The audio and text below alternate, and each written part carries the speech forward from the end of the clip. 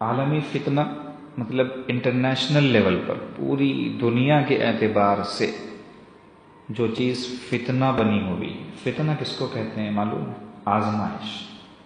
فتنے کا ترجمہ ہے آزمائش. اور آزمائش کا مطلب کیا ہے؟ ادھر جاتے کہ ادھر آتے، اسی کو آزمائش بولتے ہیں. ٹکتے کہ پھسل جاتے، اپنی جگہ پر کھڑے رہتے کہ گر جاتے، اسی کو آزمائش کہتے ہیں. اور اس وقت میں ہمارے لیے آزمائش انٹرنیٹ اور سیل فون. اب تو دونوں چیزیں اکٹھے ہو گئیں، سیل فون اور انٹرنیٹ دونوں اکٹھے ہو گئے، مل گئے دونوں. یہ دونوں مل جانے کے بعد رہی سہی کسر بھی پوری ہو گئی، رہی سہی کمی بھی پوری ہو گئی. اگر یہ بات کہی جائے بہت زیادہ غم کے ساتھ اور بہت زیادہ ٹوٹے ہوئے دل کے ساتھ، جیسے ہمارے حضرت ارشاد فرماتے ہیں کہ اگر کوئی ہم سے یہ پوچھے کہ اس وقت اس دور میں کس چیز نے آپ کا سب سے زیادہ دل دکھایا، تو ہم کہیں گے کہ انٹرنیٹ نے ہمارا دل دکھایا سب سے زیادہ. اور یہ ایسی منحوس چیز ہے کہ اس میں سارے لوگ پھنسے ہوئے. مثال کے طور پر ایک زمانے میں، آج بھی ہوتے ہیں سنیما تھیٹر، پچھلے دور میں بھی ہوا کرتے تھے، لیکن وہاں سب تھوڑی جاتے تھے. ہم جیسے جاتے نہیں جاتے تھے. داڑھی رکھ کر، کرتا پاجامہ پہن کر، ٹوپی لگا کر، امامہ باندھ کر کوئی تھیٹر میں نہیں جاتا تھا. کوئی بازار میں کھڑے ہو کر کسی لڑکی سے بات نہیں کرتا تھا، کسی عورت کے ساتھ چلتا نہیں تھا، کیونکہ ایسا کر ہی نہیں سکتا تھا، تو کہاں سے کرے گا. لیکن اس سیل فون نے کسر پوری کر دی. ہمارے جو پچھلے خواص تھے، مدرسوں والے ہو یا دین کے کسی کام سے جڑے ہوئے احباب ہوں، پچھلے ہمارے باپ دادا کی کیٹیگری کے لوگ، اس نسل کے لوگ بہت ساری چیزیں دیکھے بغیر دنیا سے چلے گئے. یعنی ان کی آنکھوں نے وہ خباثتیں، وہ لعنتیں اور وہ منحوس چیزیں نہیں دیکھی جو آج کے خواص دیکھ چکے ہیں. اللہ ماشاء اللہ بہت سارے ایسے بھی ہیں جنہوں نے ابھی بھی نہیں دیکھا، لیکن جو نہیں دیکھ سکتے تھے، جو نہیں کر سکتے تھے پچھلے دور میں، وہ آج ہو رہا ہے. رات میں بستر پر لیٹ کر، موبائل ہاتھ میں لے کر، اس کے بعد میں جو چاہیں ہم کر سکتے، کوئی رکاوٹ نہیں، کسی قسم کی کوئی رکاوٹ نہیں.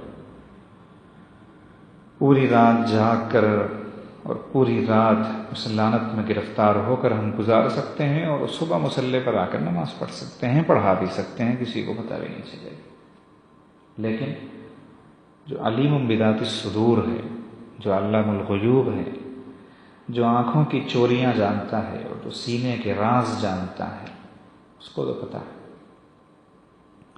اور یہیں پر اللہ پاک کے نام پر قربان ہونے کو جی کرتا ہے، اللہ پاک کے صبر پر، اللہ کے حلم پر، اللہ کی برداشت پر، کہ سب کچھ جانتے ہوئے اللہ پاک سارے ٹائٹل اور ساری ہماری حیثیت باقی رکھتے ہیں، اور لوگوں میں ہم اسی نام سے معروف ہیں، اسی نام سے پہچانے جاتے ہیں جس نام سے دنیا ہمیں جانتی ہے. اللہ نے ظاہر نہیں کیا. بس یہی ایک ادا اللہ کی ایسی ہے کہ اس پر بھی اگر قربان ہوا جائے تو کافی.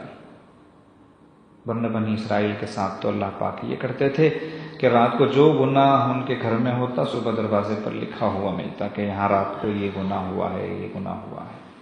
اگر اس امت کے ساتھ یہ صورت اختیار کی جائے تو پھر ساری مسجدیں خالی ہو جائیں گی، سارے دین کے مراکز خالی ہو جائیں گے، مدارس خالی ہو جائیں گے، مکاتب خالی ہو جائیں گے، اور پتہ نہیں کیا کیا صورتحال پیدا ہوگی.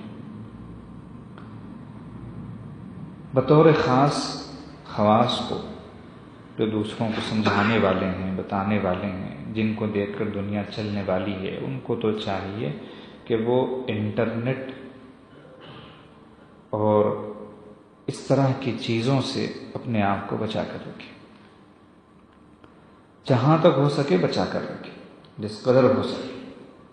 جو ضرورت ہے وہی لیں، جتنی ہے اتنی ہی لیں، جب ہو تب ہی لیں۔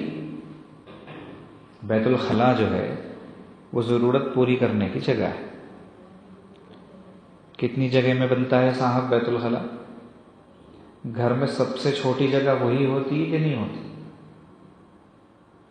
اس کے بعد جو چھوٹی جگہ ہوتی ہے وہ کچن ہوتا ہے، یا چلے کچن اگر کمرے کے برابر بھی ہو، لیکن بیت الخلاء کو کوئی کمرے کے برابر نہیں بناتا، بیڈ روم کے برابر، دیوان خانے کے برابر، ہال کے برابر۔ کیوں؟ اس لیے کہ ضرورت ہی نہیں، اس کا استعمال پورے گھر میں سب سے کم ہوتا ہے۔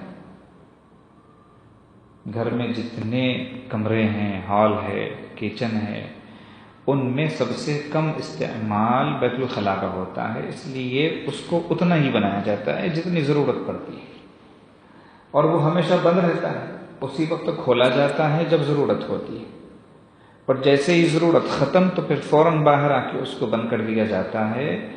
آپ انٹرنیٹ کو بالکل ایسے ہی سمجھیں، کوئی فرق نہ کریں، بس بیت الخلاء گھر میں ہوتا ہے اور یہ بیت الخلاء ہمیشہ ہاتھ میں ہوتا ہے، ہمیشہ جیب میں ہوتا ہے، بس یہ سمجھیں اور اس طریقے سے استعمال کریں اس انٹرنیٹ کی مصیبت کو۔ یاد رکھیں، یہ صرف اخلاق کو خراب کرنے والی چیز نہیں ہے، یہ صرف نگاہوں کو خراب کرنے والی چیز نہیں ہے، یہ تو ایمان پر ڈاکہ ڈالنے والی چیز ہے۔ ہو سکتا ہے اللہ ہزاروں بار نہ کرے کہ اس سے کسی